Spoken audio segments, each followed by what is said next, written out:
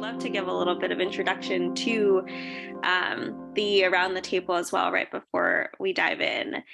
Um, so this conversation is a part of an ongoing Around the Table series where we host informal conversations with thought leaders, elders, organizers, culture bearers, and artists who are working at the intersection of food, culture, power, and place to sink our teeth into juicy stories, live questions, and critical conversations buzzing in our ecosystems. And so today I'm really excited to have Yana, Lucecita, Norma with us to dive into this conversation of unearthing apocalypse. The etymology of the word apocalypse the Greek etymology of it is it means to uncover, reveal. And so today we unearth the wisdom revealed of apocalypse that has happened, that continues to happen, that happens every day.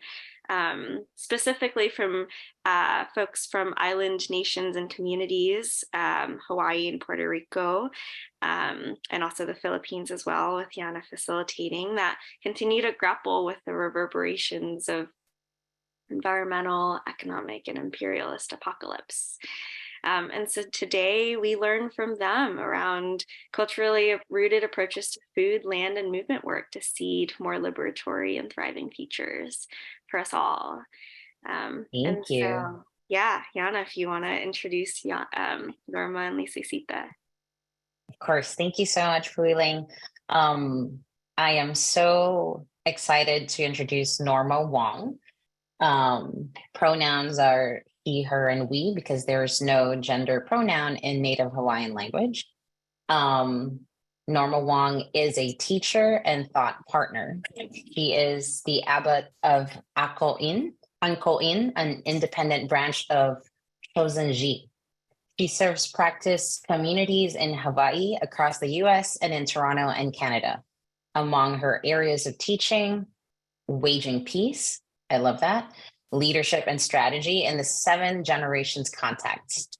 Norma has served as a state legislator on the policy and strategy team for Governor John Wahi and the community organizing and policy work in the Native Hawaiian indigenous community. She is a Native Hawaiian and Hakka who lives in Kalihi Valley in the island of Oahu in Hawaii archipelago. Welcome, Norma. Thank you for sharing your presence and time with us. And for our second speaker, we have Lucecita Cruz. Pronouns are they, them. Lucecita is a queer, anarchist, Afro-Latinx farmer, herbalist, organizer, and land justice advocate from the Puerto Rican diaspora that lives in Minneapolis. They are fighting to protect frontline communities who are affected by food injustice and climate change. They have organized with intergenerational BIPOC, queer, and trans folks around gender, race, and food. Lucecita organizes in a way that combines art, food, and activism to better understand our current conditions and develop ways to fix them. They believe in the liberation of Puerto Rico and of all peoples from their oppressors. Thank you so much, Lucecita. We're so happy that you're here.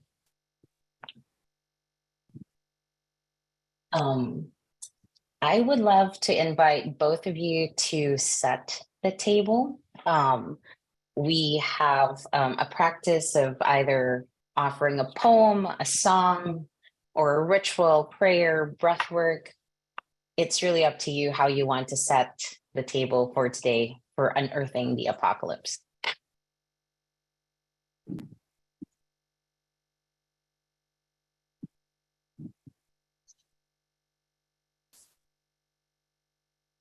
Hi, Luz.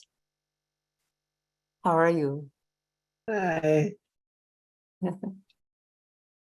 Luz, as we come to the table, and I wish we were all at one, I'm wondering what it is that, what food it is that you might bring if we were all at the same table.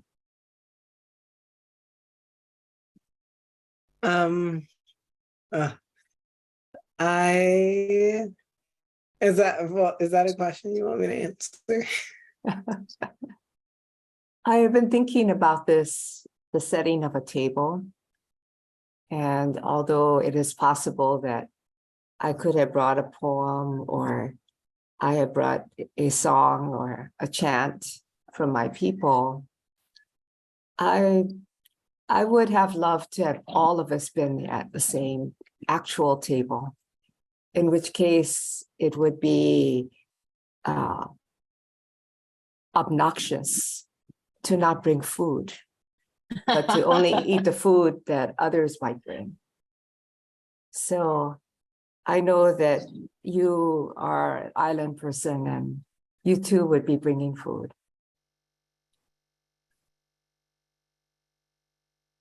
Yeah, this is very true. I feel like it's hard. It's hard for me not to cook for people in general, but it would be extremely hard for me not to cook for people while being invited to a dinner table. This works. So I am wondering about the food that you would bring, and knowing what food it is that you would bring, I would try to bring something that would complement that. So. Yeah, so I would bring this dish that I am like utterly obsessed with at this point. Many people have heard me talk about this dish, but it's called gandules con bollos, and it's a green pigeon pea stew that has green banana dumplings in it, essentially. Oh. So you grate green bananas and form a dough that, and then you drop them into the stew while it's boiling. It is something that I'm obsessed with. It is something that my father cooks for me every time I come visit him in New York City in his home. Yeah, it's something that sort of it's a thread between myself and my ancestors, and I feel it every time I eat it. And so that is what I would bring. I love that. What about you, Norma? What would you bring? Well, knowing that Luz might bring the stew, I think I would need to bring some crispy rice. And I think I would need to bring a rice that is perhaps a mixture, which would have been scandalous for my ancestors, because on the Hakka side, white rice, of course, is what it is we would have to have. But I bring crispy rice that is a mixture of white rice, brown rice, and wild rice. Wild rice that would have been sent to me from the Menominee up that is farther north than Green Bay, up in that territory of, that is in the Wisconsin area. So from the nation of Menominee. And they would have sent me some wild rice. So I would have cooked the brown rice and the wild rice together, and then mix it with the cooked white rice, and then to spread it onto the pan and to wait patiently. Put a little salt and wait very patiently, and until it is crispy all on one side, not to play with it, and then to flip it over and mix it with some herbs and perhaps a little of the Chinese sausage, the lapchong, that would have been crispy, and cooked separately so that the taste would be totally in the sausage, and bring that to serve with your stew. That is what I would bring. I'm really loving this menu. And it's making me hungry because it's lunchtime. But I really appreciate that. I think I would probably bring some greens to your table just so we can balance. We need that fiber. Thank you. Thank you for sharing what you would want to bring to that table in order to set it. I love this part of the conversation because it allows us to be very intentional in how we proceed with our conversation. So thank you. This is Yana again speaking, and I would like to ask both Norma and Lucecita very, very important question. What comes up for you and in your practice with the word apocalypse?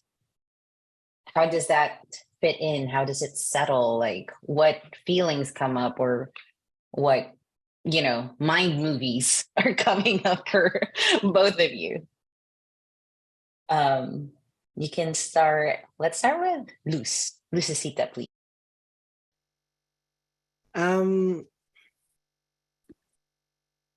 This is a hard one. Yesterday I was driving and I was driving with the windows down and was wearing a mask in the car because of all the smoke. And my partner turned to me and said, this is so unsettling. Like, I just need to get used to this being the way that it's going to be.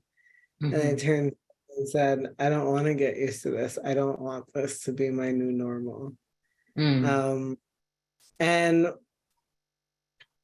it's hard to describe the feeling of living in the world right now, and particularly Turtle Island, where there is just smoke everywhere, and the heat is exacerbating all of our temperaments, and we're living in this moment where this climate apocalypse is happening, and it almost feels like the walls are closing in on us in this way. In like metaphorical and physical ways, even with the like, it hurts to breathe. And so I like to think of that as one kind of apocalypse, but I also like to think of the mutual aid that I see happening, particularly in Minneapolis around food. The mutual aid that I see happening in Puerto Rico around seeds and food, and the protection and protests for the protection of our beaches and native lands as another apocalypse. And the idea that there are still people fighting for this to not be our normal. And there are people who are determined and whose life purpose are built upon this not being our normal. Yeah. Thank you. Just a quick follow-up to your answer is, how do you mitigate those feelings of not wanting this to be normal, but also kind of sensing the despair, It's like, what can we do? Because we are in it right now. Yeah, I pray a lot and I sing a lot, and I've been singing a lot more recently. And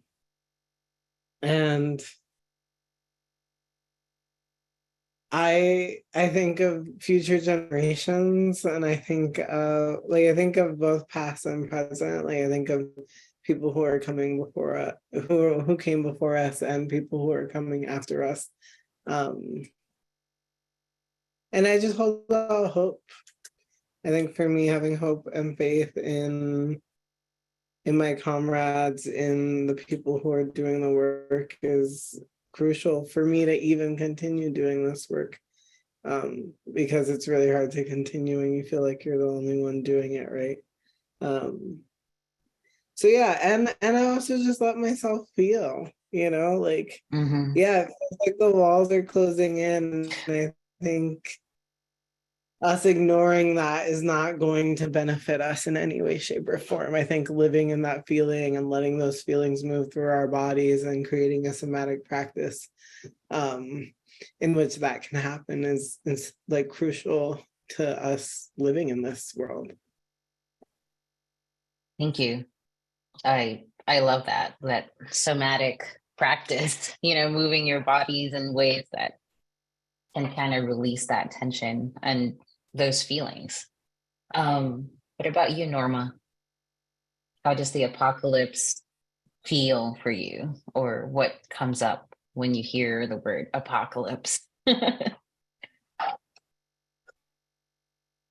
Well, I've lived a few years more than Lucecita, so, and a few. I am just around the bend a bit. And being around the bend a bit, I know that the ways in which we think about things become more urgent as we experience them.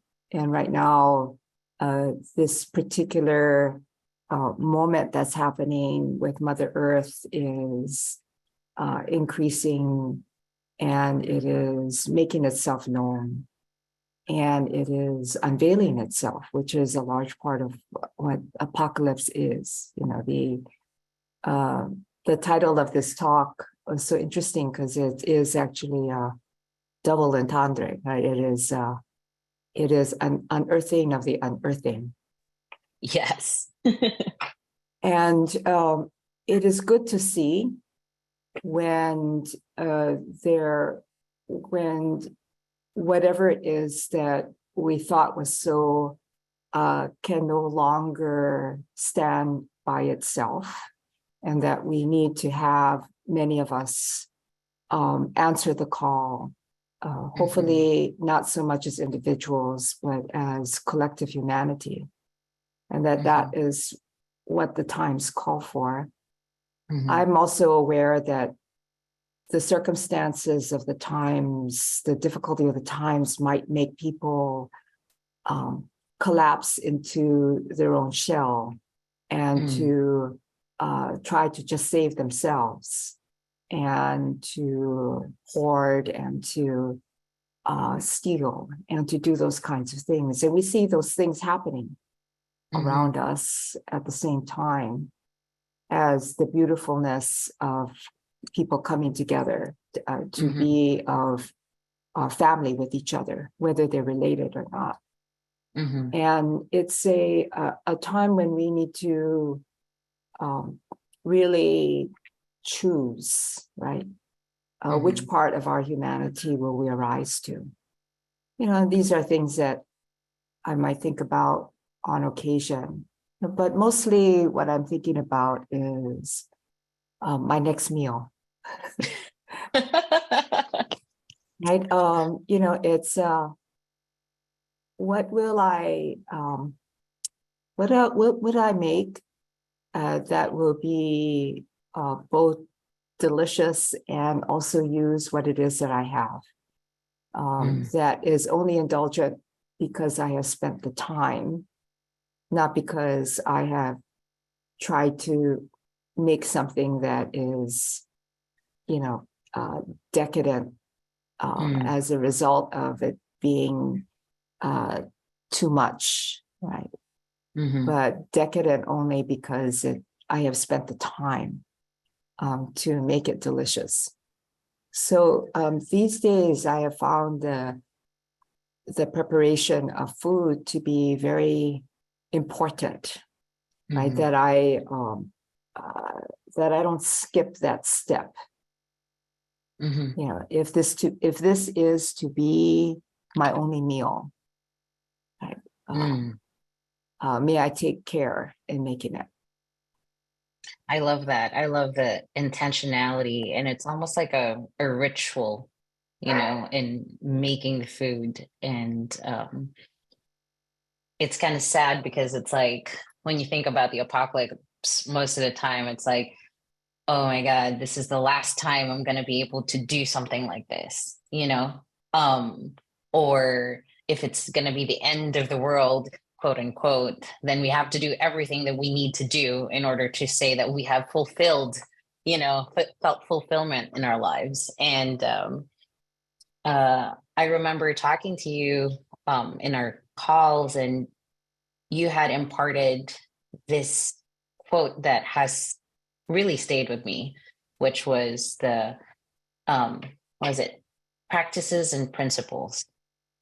And I wanted to ask you to share a little bit about that, and how that relates to being, or unearthing the apocalypse.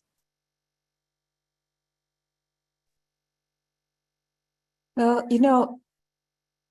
the our ancient peoples, and I know that for the three of us who happen to be sitting here right now, and in all probability, the many people who are on this call, or who might be listening to this call later, that all of our ancient peoples would have lived whatever values it is that they believed in, rather than they just believe in their value, whatever the principles are. And I think that in modern times, that there is a greater tendency to separate our values and principles from our daily practices. And to bring those back together again feels like a really important thing for us to do. If we're to be able to come back to our original nature, which is,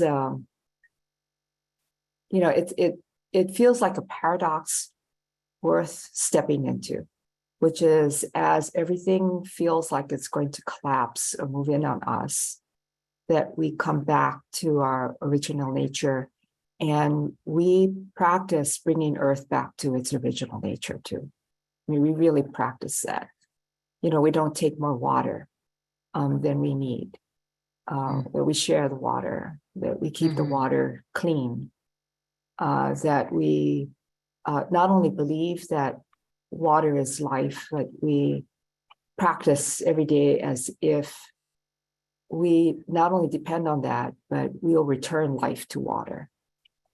And to have our practices and our values and principles be all the one and the same in the simplest ways possible. This feels extraordinarily important right now. Thank you. Thank you, Norma.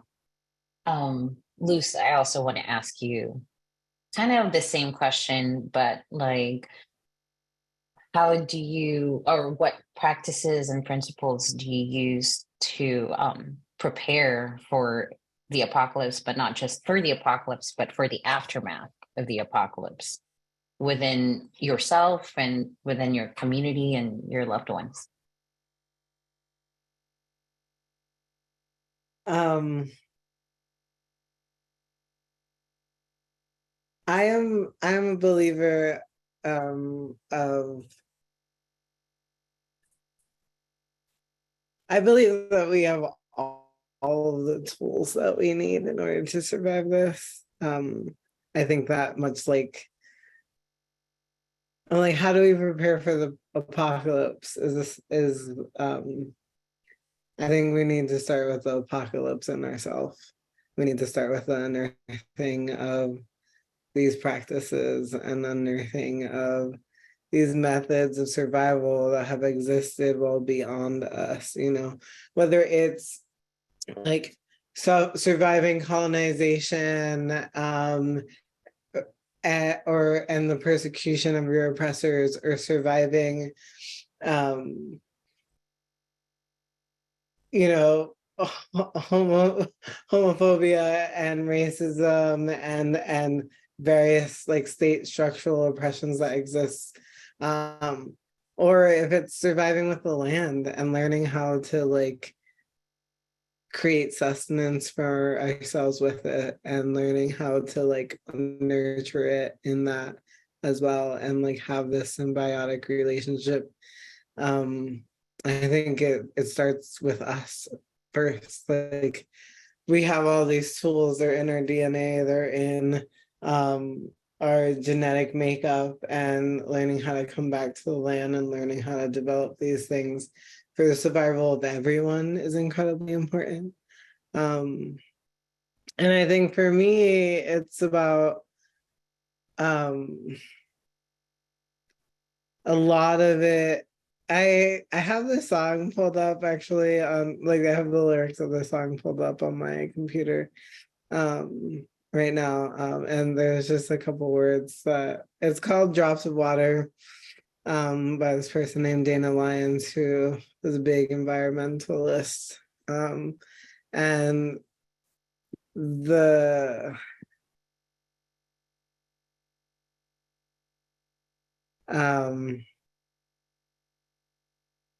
there's the lyrics go, for the wildness in my soul, and for once in life, I know I'm not alone. For the mountains make our bones, and the oceans in our blood, and our feet planted firmly in the mud. And for me, it's about like we are of this earth. The earth is of us. And in the same way that like we want to keep our bodies clean in all of the various ways that like cleanliness can happen, like we should also want to keep the earth clean in all the ways that cleanliness can happen. And I think for me, the like anthropocentrism of this planet and the society is what's separating us from believing that or knowing that in our bodies in this intrinsic way that can be that for me was taught, you know, through my ancestors and my parents. Yeah. I don't know that I quite answered your question, but No, you did, because you really, I remember from our previous calls, you mentioned like that ancestral wisdom that like lives within us, and that we carry them because we are the living versions of our ancestors, and essentially. I really like that song that you shared. Thank you. You both have touched on individual versus community, or like chosen family, you know, and it's like it's very interesting of like it's funny because we've always been told like change starts with us, you know, in order for change to happen. And you both have touched on like how the unearthing needs to happen with us first, you know. And but what is possible when we all collectively open that, you know, Pandora's box, or like that whole like can of worms, like as a community, like how can we, I would say, like envision that in a way that it could be negative, it could be positive, but like what would the possibilities be if we all collectively unearth?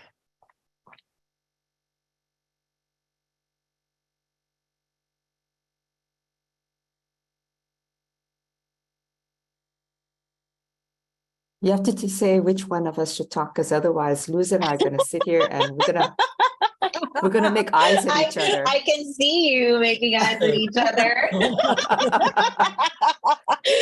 Okay, I will choose you, Norma.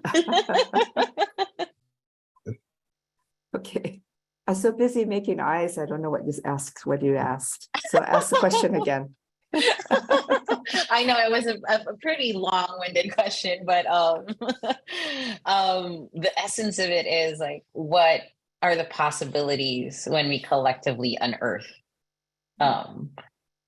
because it doesn't necessarily have to be in the positive or the negative, but I just want to kind of poke around and see what you think the possibilities are.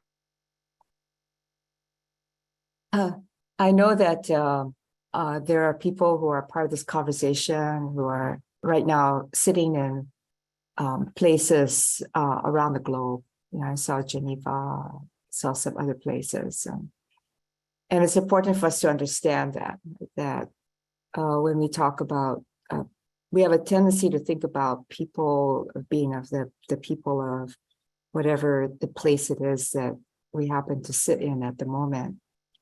And I'm also cognizant of the ways in which the cultures of places may make us more aligned to common ground, or whether they align us more towards individuality.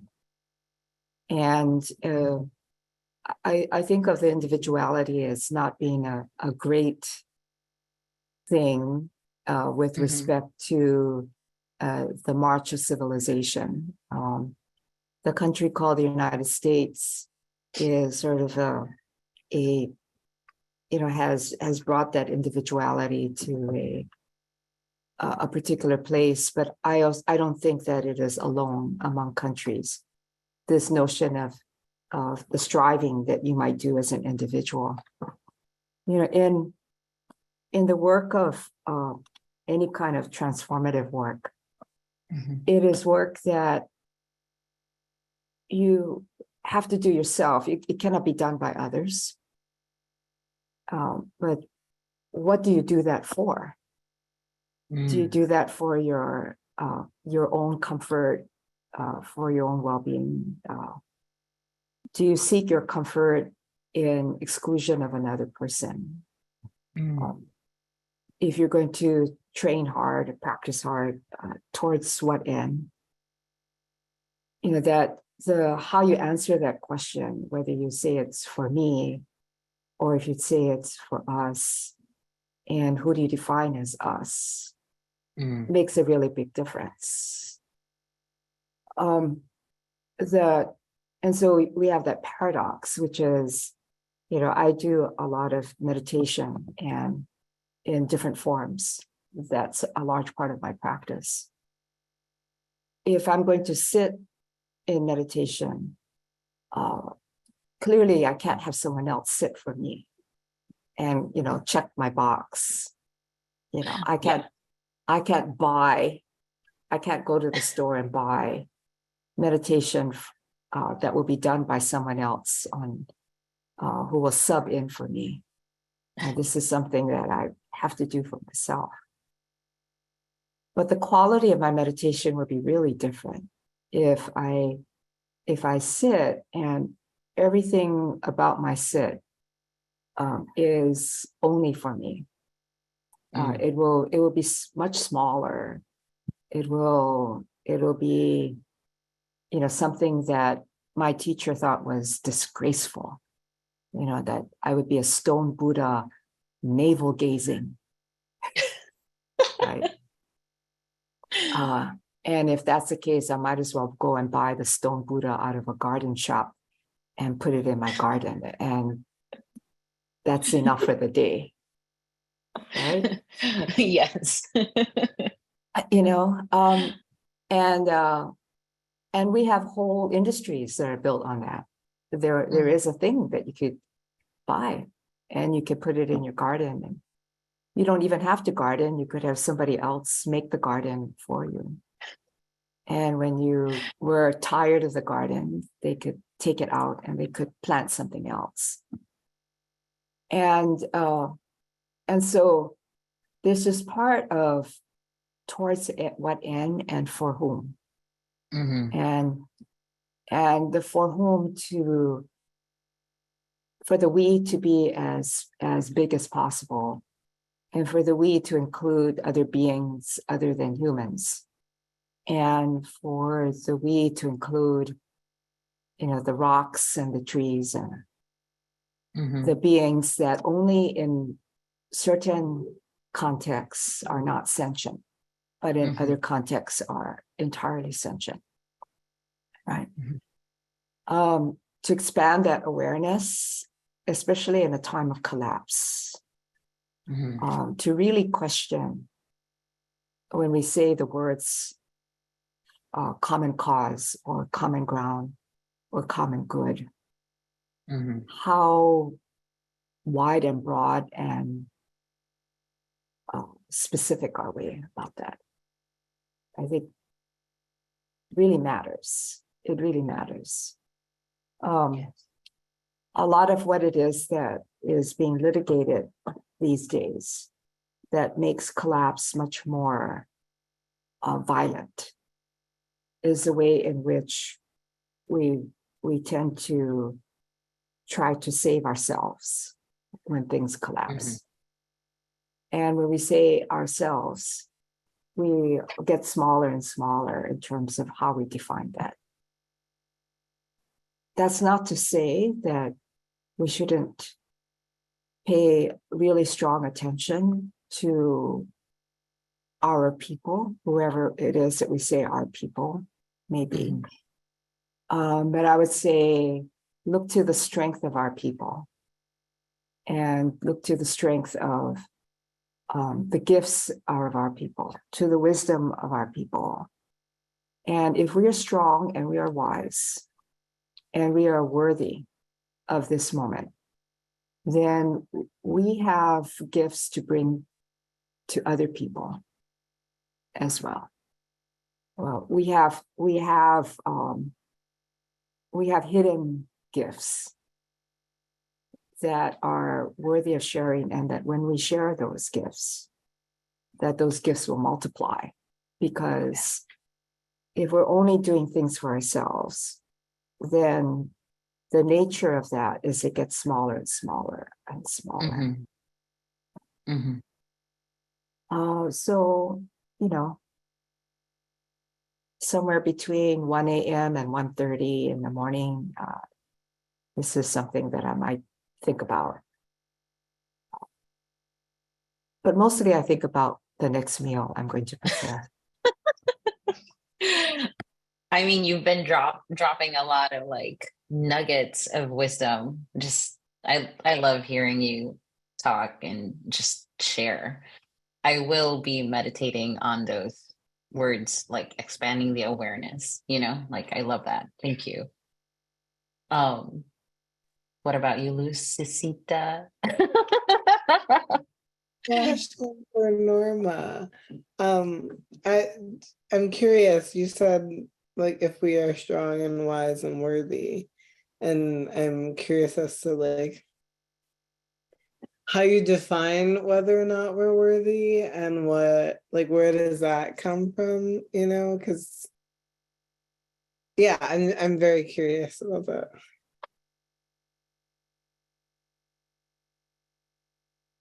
So, as a being who is in a long path of healing, right? I mean, with that, the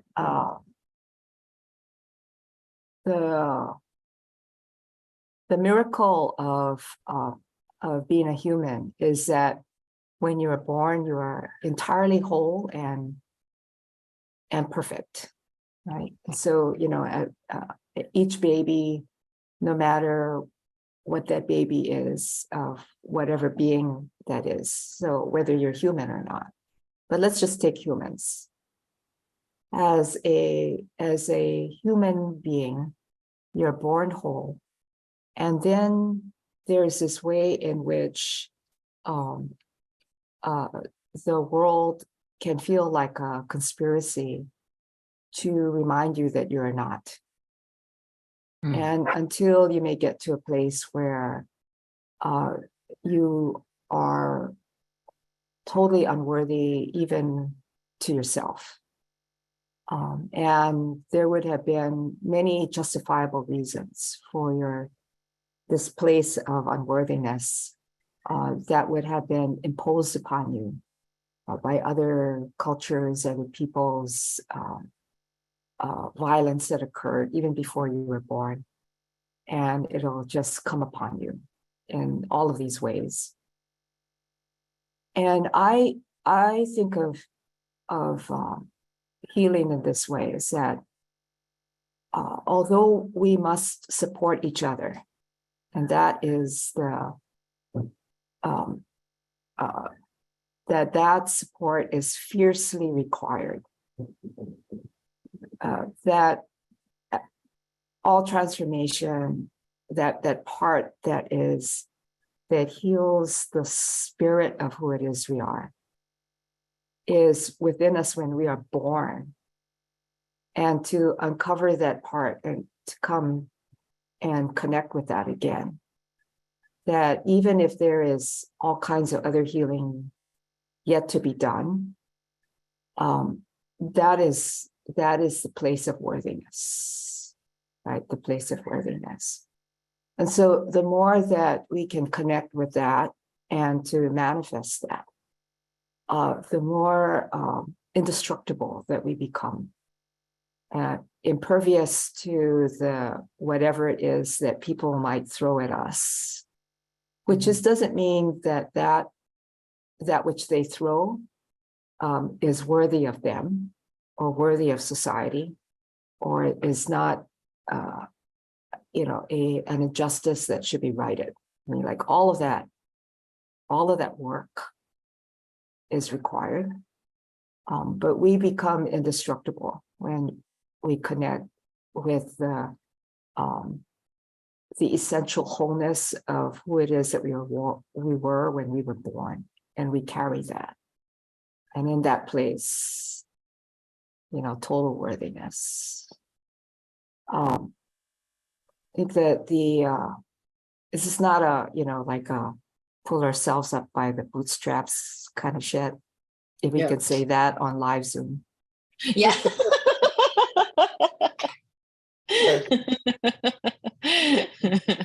Right?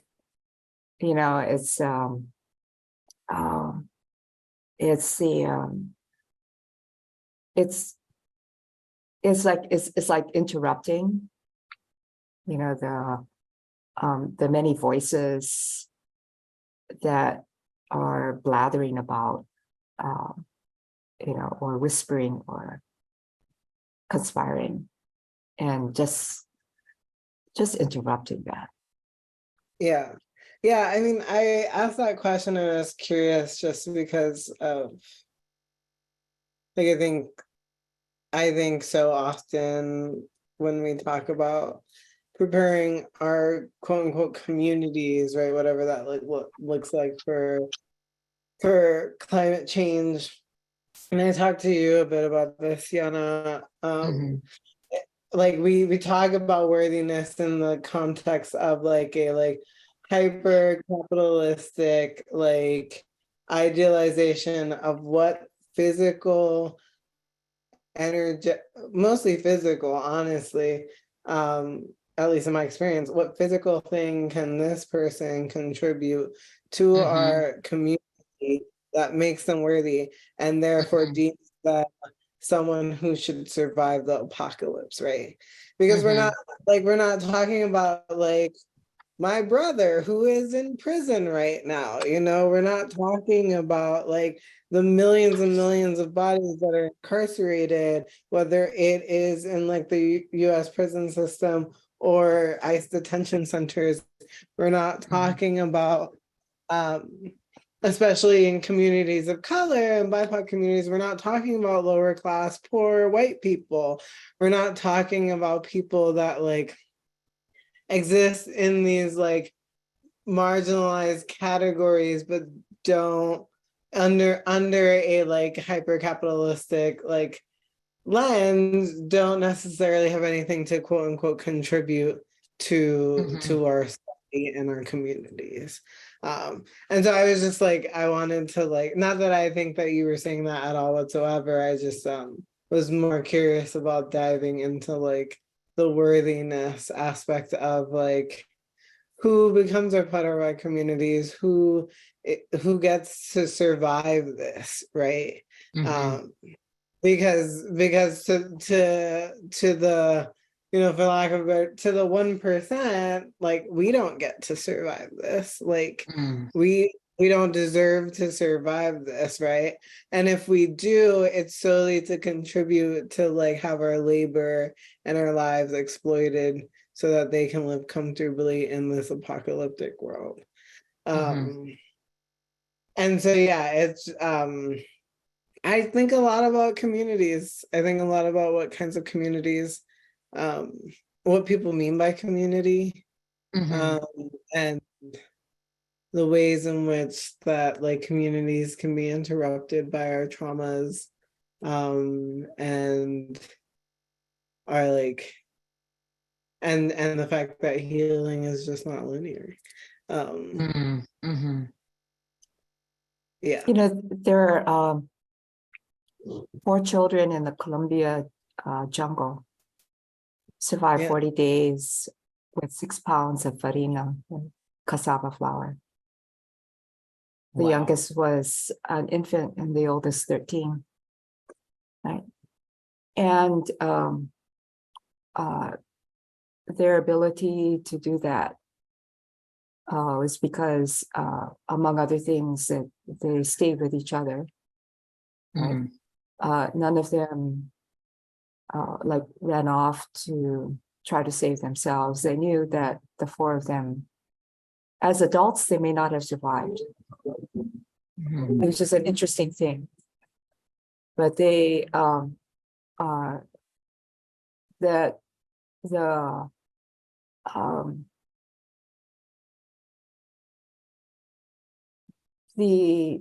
survival, I don't think, is enough. Right? So it's to say that by definition, all of us who are here right now are the people who have survived, whatever it is that it might have occurred across the eons of time. There's only, they say only 8% in human history where there wasn't violent conflict on the face of the earth. Okay. Wow. All right. So we survived up to this point. But if we are just looking at survival, not thriving, anyone on this call who is a farmer would know what a piss-ass garden that would be, right? Right? Yes. The greens all bitter, not because they're intended to be, right? The everything chewed up by the snails and the slugs and the flies. And okay, so we survived to pick that one squash. And it's that even under simple circumstances, to move towards thriving, which is not about moving towards like the luxury of wealth and the abundance of the 30 cars, but the abundance of having more mango come from your tree than you can eat, and now you must share, right? Whether as fruit or as pies or bread or a sour pickle, the green mango as sour pickle, or chutney, or whatever it might be, right? That would be that level of thriving, right? To me, is that to have that as what it is that we work towards, whatever the circumstances we might be. The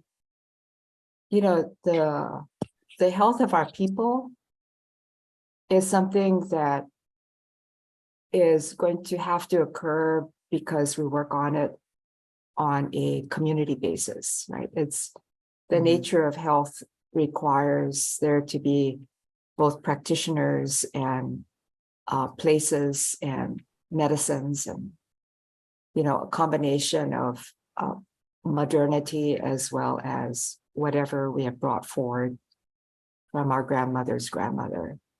And if you look at healthcare, I refuse to think about like what we should seek in healthcare as just having our people survive.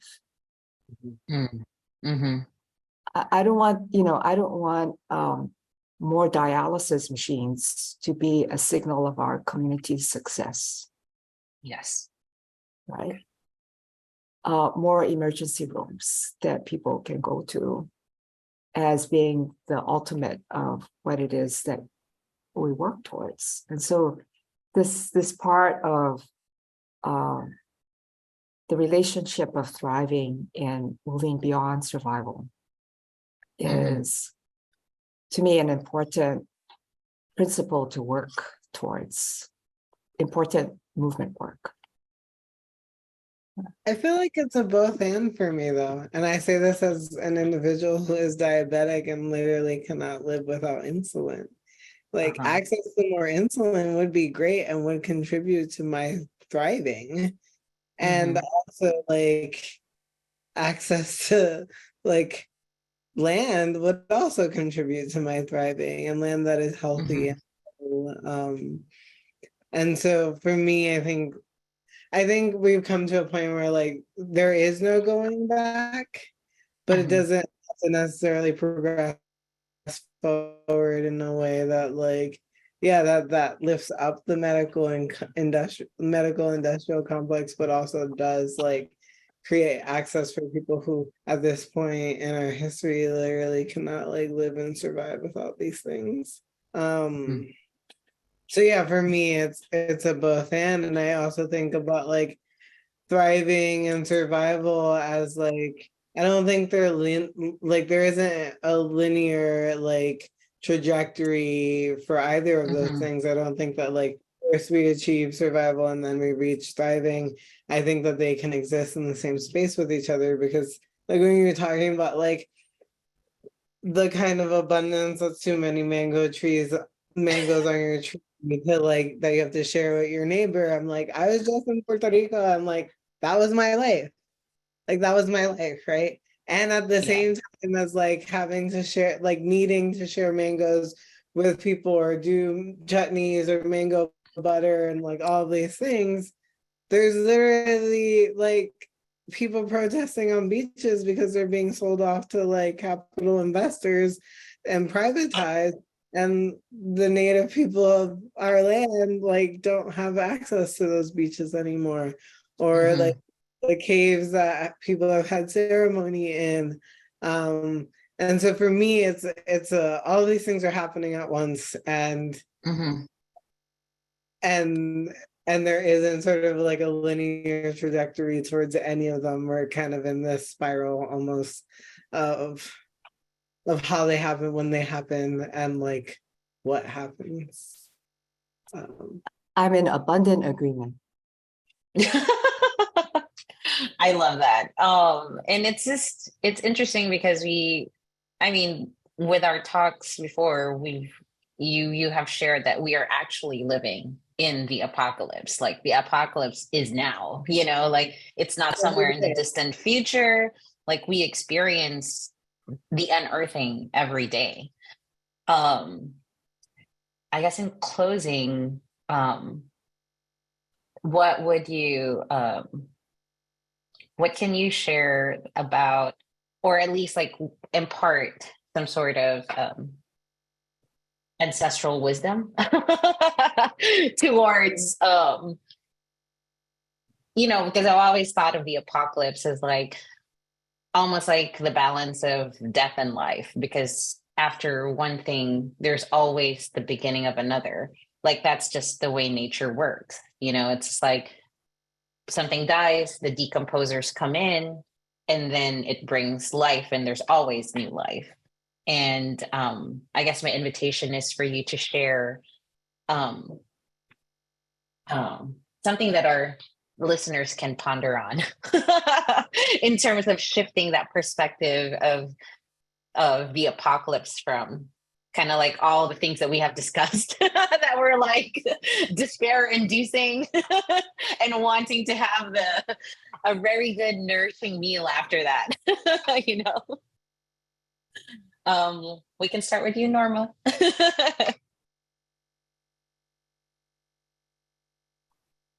Usually when I sit down for conversation on Zoom, I have a cup of tea with me, and tea is a long tradition, and it comes from both the Hakka side for me and also on the Kanaka Maoli side, the Native Hawaiian side. We would have herbs that we would steep, and in both cold waters and in water that is heated, and we would drink that.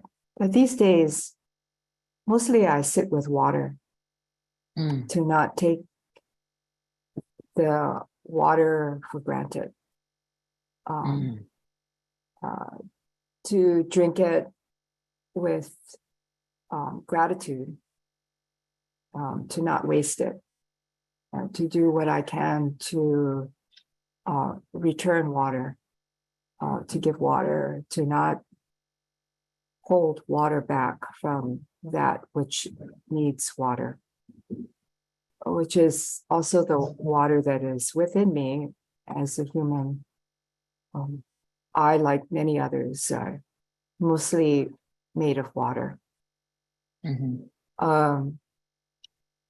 To allow my tears to be nourishing to me, not to bring about embitterment, but to just return water, to remember how much of who it is that I am and that we are, be this. So, a question that I would leave for people is, in the water that you drink, what is it that you would cultivate with that water? And in taking that water, what would you leave behind? Not to carry that burden with you. This time of the apocalypse gives us that opportunity to not have to carry everything forward, but to, with care, leave something behind. I love that. Thank you, Norma. What about you, Lucecita? Some parting words.